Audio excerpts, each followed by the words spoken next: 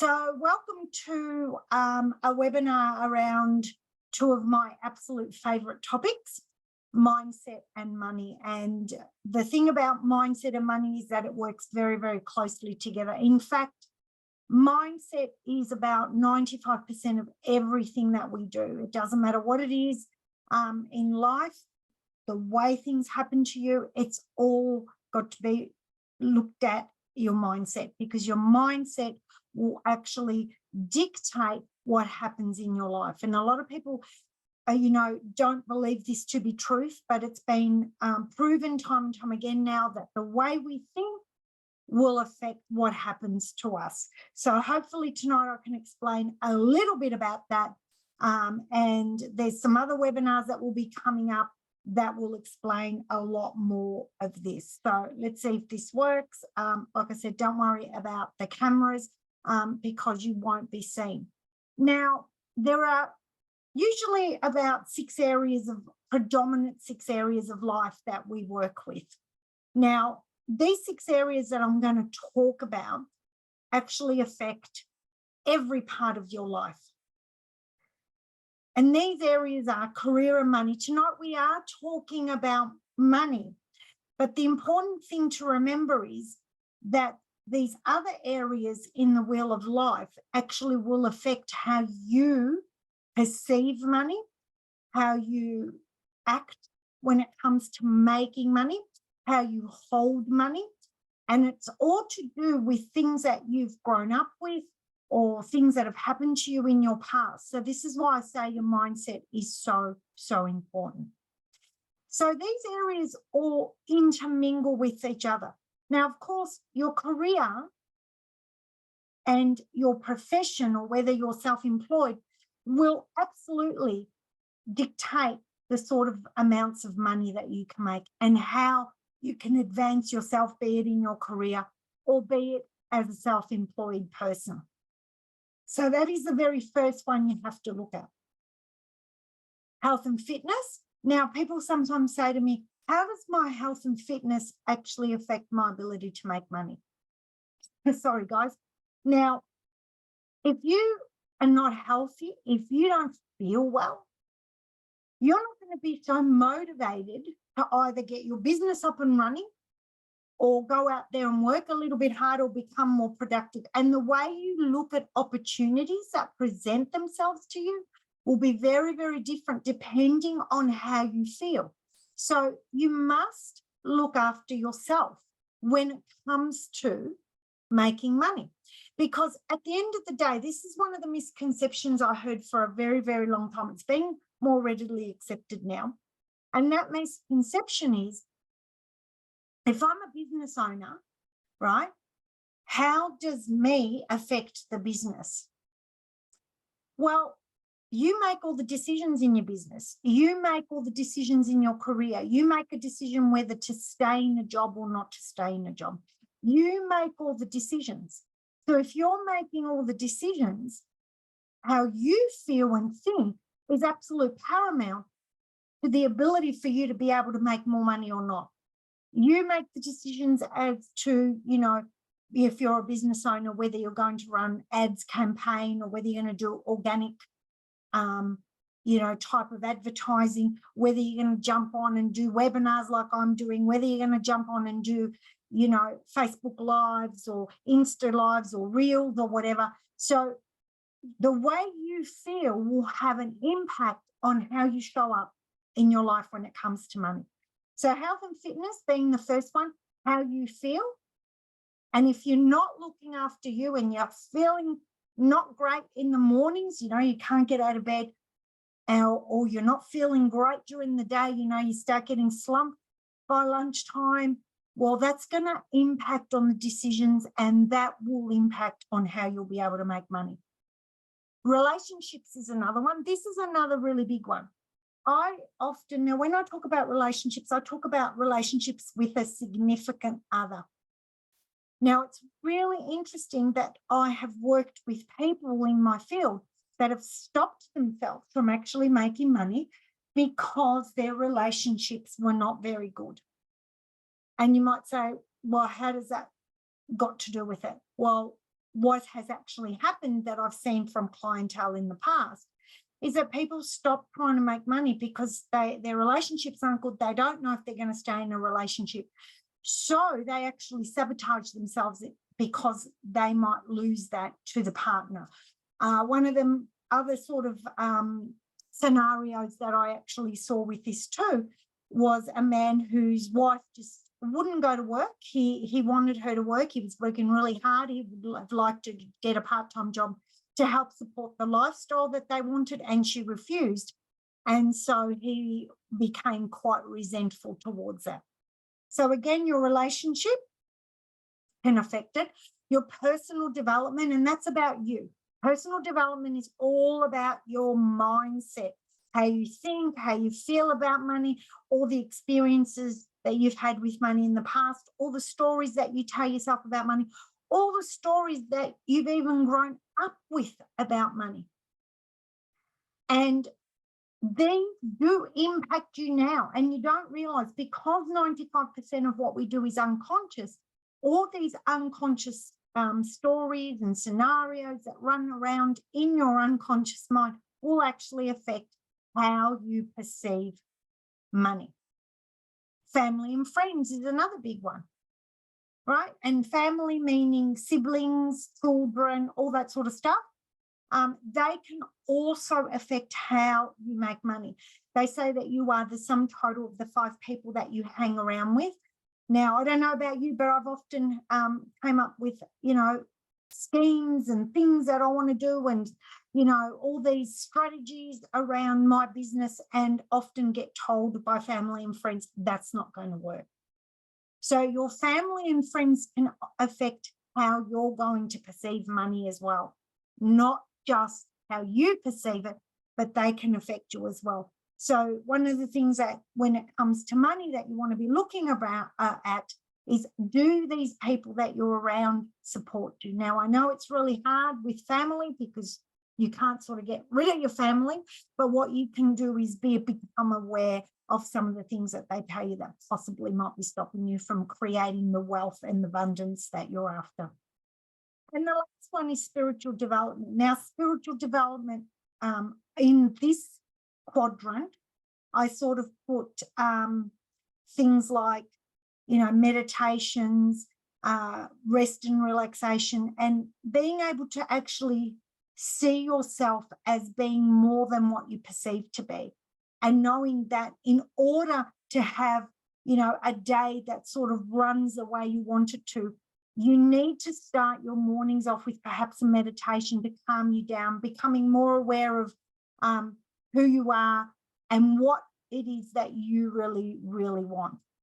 So if you can get a grasp on what's going on these 6 areas, and mainly everything in life sort of fits into one of these 6, what it will do, it will help you absolutely be able to have a growth mindset, which we're going to talk about in a moment, and not only have a growth mindset, but also will help you towards that road to abundance and removing the blocks that could be there that are stopping you. This is my absolute most favorite quote by Carl Jung. This is the quote that changed my life. Until you make the unconscious conscious, it will direct your life and you will call it fate. I said a moment ago that 95% of what we do is unconscious.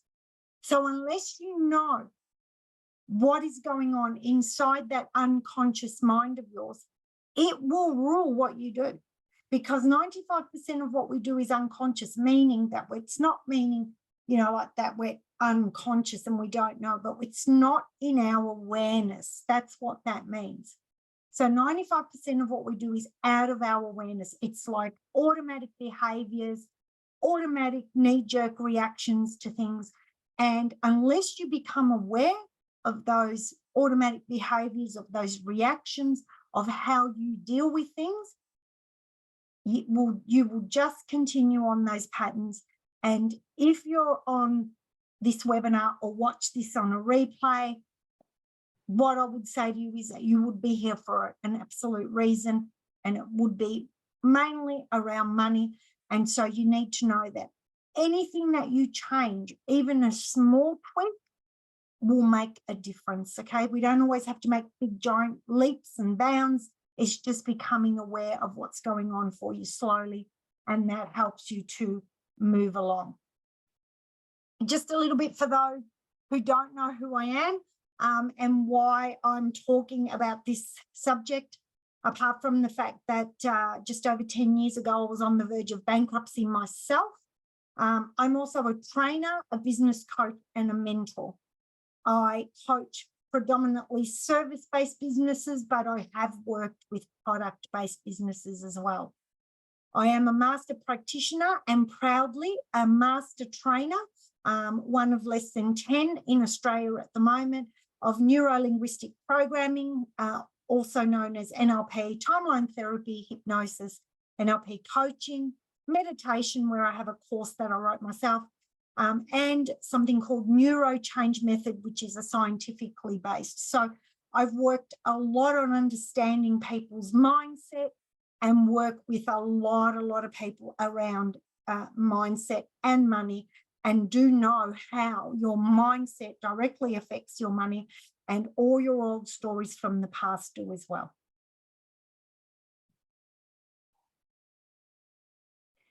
Again, another one of my favorite quotes by Henry Ford.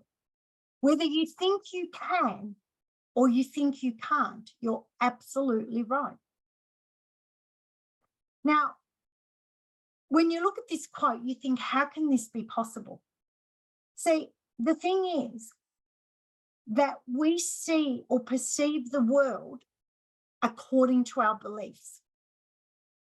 You cannot perceive the world any other way, because your brain needs to make sense of what's going out there in the world, what's happening.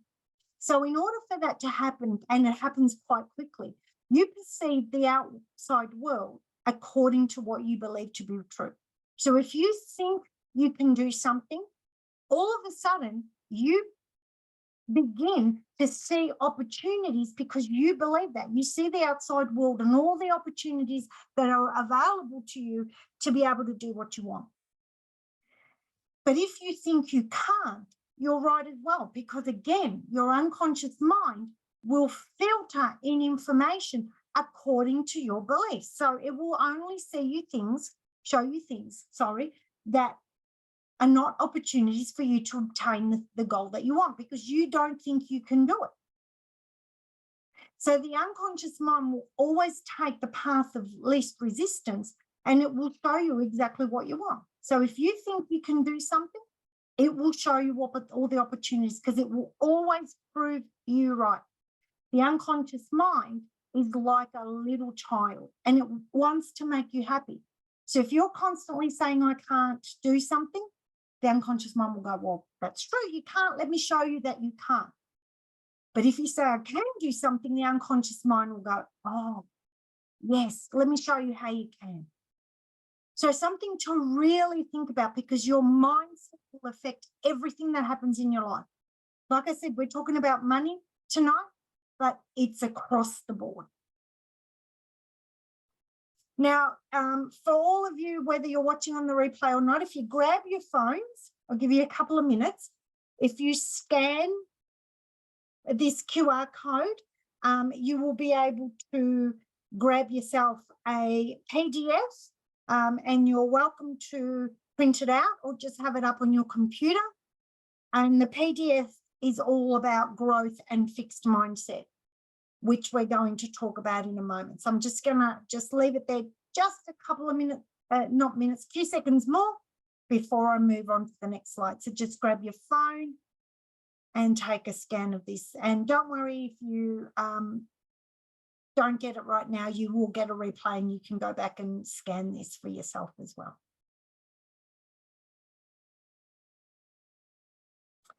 So let's have a look at a fixed mindset versus a growth mindset.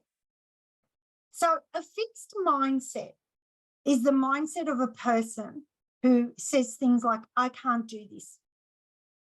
My work isn't good enough. This is too hard. It's the mindset of a person who tends to give up. Fixed mindset, people with fixed mindset believe that talent and intelligence are fixed. They believe that you were born with the brain that you have and there's nothing you can do about it. You're born with the talents that you have and there's nothing you can do about it. They tend to give up easily.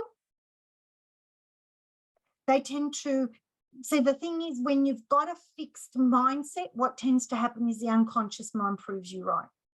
Now, the interesting thing here is that you can have a fixed mindset in one area of your life and a growth mindset in another. So I'm going to just read from that PDF. So a fixed mindset leads to hiding flaws and mistakes, so you don't take responsibility for yourself. Feeling ashamed about failures, giving up easily, and being unmotivated to strive for or achieve goals. And of course, it's a vicious cycle. The more you think like this, the more it happens to you because your unconscious mind wants to prove you right. On the other hand, a growth mindset, a person with a growth mindset believes that intelligence and talent can be improved. It leads to embracing flaws and mistakes as opportunities for growth, accepting setbacks as part of the learning process, and feeling empowered to reach goals. So a person with a growth mindset will get a setback and a challenge, and you definitely will get those, because if you want to stay still or stuck where you are, then you're not moving forward. But if you're more moving forward, you're going to definitely have to develop a growth mindset, because challenges are inevitable. And when those challenges come along, what happens is that you want to have a look at them and say, what have I learned from this? So again, reading from the PDF, with a fixed mindset, people with a fixed mindset have believed that intelligence and talent are fixed. People with a growth mindset believe that intelligence is something you can develop over time. Now, through the NeuroChange method program that I teach, we show scientifically that you can actually change your brain. You can develop skills. A friend of mine who's in the States used to tell us this little metaphor all the time. She said that there was a friend of hers that was in New York and needed to go to Carnegie Hall. And they stopped, they were completely lost, stopped, and they pulled over a policeman and said, can you tell me how to get to Carnegie Hall? And the policeman said, practice, practice, practice. So someone with a growth mindset believes that they can change what they do, how they think, but it does take time and it takes practice. Anyone who's an Olympian or people who are, you know, concert pianists, concert violinists, they're not born with that. They learn that. Someone with a fixed mindset avoids challenges to prevent the possibility of failure. Someone with a growth mindset is willing to embrace challenges and risk possible failure. The problem, one of the biggest problems I have to say, why people don't go ahead with goals or don't push through with their goals or don't obtain their goals is because unless people know that they're going to succeed, they don't try it. But the problem is you're not going to know if you can succeed from something until you try it. We don't have crystal balls. But unfortunately, a lot of people these days, because they have got that fixed mindset, won't attempt something unless they know that it's going to work. And of course, that doesn't allow you to grow. It doesn't allow you to get out of your comfort zone. It also means that you're going to miss out on a lot of opportunities as well. Someone with a fixed mindset believes that talent is innate, so effort and practice aren't important. So they believe that talent, you're born with talent, whereas someone with a growth mindset believes that effort and practice can lead to mastery, and it absolutely can. Someone with a fixed mindset will give up easily and views temporary setbacks as permanent failures. Growth mindset sees failures as temporary setbacks and persist in the achievement of goals. So someone with a growth mindset will just look at that and go, okay, What didn't work? So what do I change? Someone with a fixed mindset sees other people's successes as a threat to them or jealousy. People with a growth mindset see other people's success as a source of inspiration. And NLP is all based on looking at what other people did really, really well and then modeling it. Doesn't mean you copy it. It means you model them. How do you have a look at what they're doing, and then how do you incorporate that as well? And that's why people work with mentors, because a mentor's already done what you want and they will tell you what worked for them, and then you incorporate it into your own journey. Someone with a fixed mindset views feedback as a personal attack and ignores constructive criticism. Someone with a growth mindset views feedback as an opportunity to grow and applies constructive criticism. So that's about when someone, gives you some criticism, it's about listening to it and then actually evaluating it for yourself, thinking to yourself, yeah, maybe I can change this and I can change that. So that's a fixed and a growth mindset. But I've actually come up with a different mindset, which is an intentional mindset. See, a fixed mindset is fixed. Nothing can be changed. Nothing can be done about the way things are. A growth mindset is we wait for something to happen, a mistake, and we learn.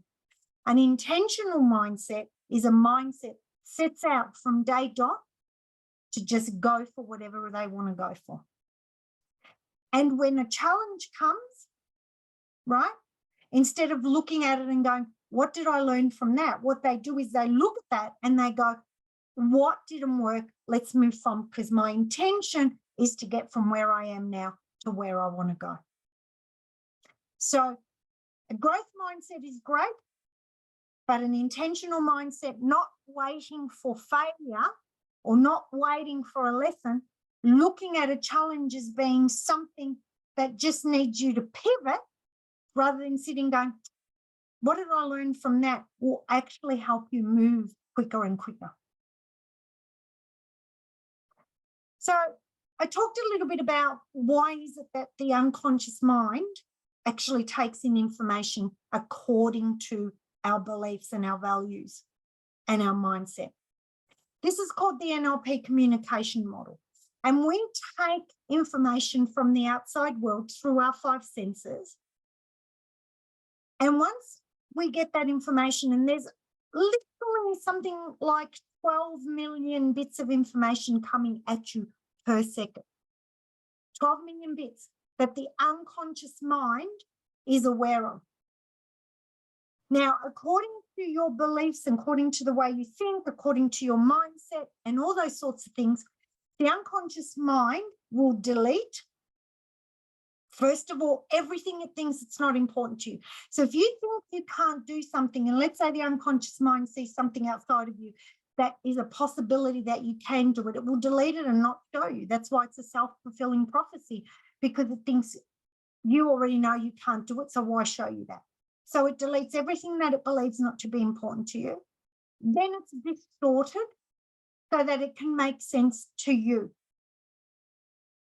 And then it generalizes. Generalizes meaning it puts things that are alike together. So from about 12 billion bits of information, we take in about 126 bits of information, of which 5 to 9 bits of information you will be able to remember consciously. So the unconscious mind will show you what it believes to be the most important thing for you. Out of that, you create an internal representation, what it means to you. Now, that coupled with your state, meaning the way you feel, and your physiology, meaning the way you hold your body. Now, a lot of people don't realize that the more open your body is, it actually sends more receptive chemicals up to your brain to actually receive more. And I mean, if you just hunch yourself over, see how that feels compared to opening yourself up. So that the internal representation, how you feel and your physiology, will then result in your behavior, what you do next, and then give you the results that you get every single day. Now, the interesting thing is that we have things called cognitive biases. There are about 300 cognitive biases that we have. And cognitive biases are all based on what we just looked at in the slide before, or your beliefs or your values, what you believe to be true, what you've seen, how you've grown up. Now, what happens is when something outside of you happens, your unconscious mind takes in some information, whatever it believes to be important to you, and you will make sense of it according to what is true for you. So like I said, there are 300 cognitive biases. One of the best and well-known ones is the one that's number one here on the screen, which is a confirmation bias.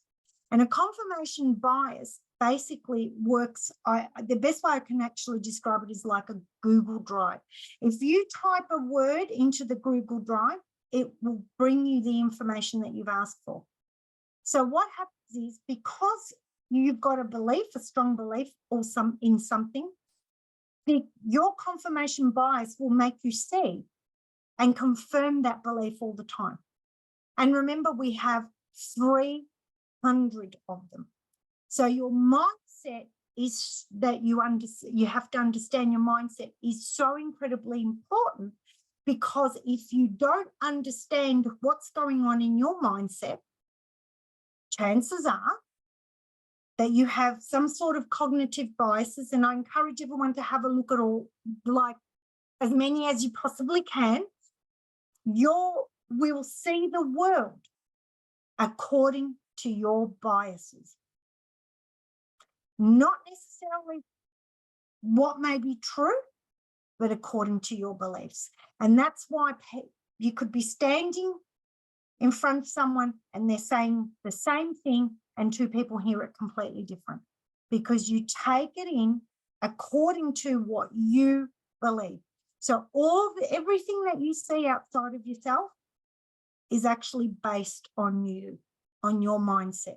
So yes, you see the world through bias lenses. So I want to give everyone tonight, before we finish up, some tips on how you can have a look at what's going on in your mindset around money. Now, as I said before, you can also use these tips for other areas of your life. But identifying your money stories needs to come number one. You need to really become very, very aware of what you're telling yourself when it comes to money. Are you telling yourself that it's never enough? Because it'll never be enough. Are you saying that there's not enough there for everyone? Are you saying that money's really hard to come by? What are the stories that you're telling yourself? So ask yourself, how do you actually feel about money? How do you feel? What emotions are invoked for you when you think about money? And what do you believe about money? A lot of these beliefs will be grounded back from when you were a child, for sure. So it's important that you become aware of them, because once you're aware and the conscious mind goes, but that's not true, they actually leave. So really important. Where do your money values sit in your life values? So we've all got values in life. I spoke about those 6 areas. So there will be, when it comes to your life, there will be certain things that are the most important for you. For me, the number one value when it comes to my life values is my kids and my grandkids. Probably my grandkids first now, my kids second. So when it comes to making money, I need to be aware of this, because I will not sabotage my number one value in life, which is to be around for my grandchildren to go and make money. Yeah, I still make money, but I make sure that I slot in seeing my grandchildren and things like that. So you've got to have a look at this. So where does money come in? And if you've been trying desperately to create money or wealth and it's not working, possibly it's way too low, in your life values. These can be changed. Okay, these can be changed. There are some methods that we use in Master Practitioner NLP that can actually change your values. We can elicit values and then we can change them if necessary. Sometimes just changing your story is all you need. And the last one is invest in yourself. You are, like I said before at the beginning of this, the number one priority when it comes to your life. Your mindset, what you do, you make all the decisions in your life. So if you're making all the decisions, you need to invest in yourself to make sure that you're healthy, that you feel well, that you're happy, that you're rewarding yourself, that you're having rest, that you're doing all the things that you want. Because if you're not doing that, then it's going to flow into everything else. So that's it for me tonight, guys. I'm going to stop the share. I'm going to have a look if we've got any questions. There's quite a few people here. If anyone would like to pop any questions in the chat. If not, absolutely can ask me questions after this. But I can't stress enough how important it is that if you really do want an abundant life, and like I said, it's not just about money, because these things can actually be put across all areas of life. If you want an abundant life, it's the most important thing is to look at your mindset. So I'm just going to answer this one question. Yes, there is a recording and it will be sent out for you guys. I've got all your email addresses and it'll probably be sent out a little bit later this evening. But working on yourself is absolutely number one. Thank you so much, guys. I really do appreciate you being here. Yes, have a great Christmas as well. I will be on again next Wednesday. And next Wednesday, I'm now actually in a place where I can do the topics ahead. Next Wednesday, we're going to be looking at the relationship between your beliefs and your goal setting. Have a great Christmas, everyone. I look forward to seeing you all next Wednesday. I really appreciate you guys being here, and this recording will be sent out to you ASAP.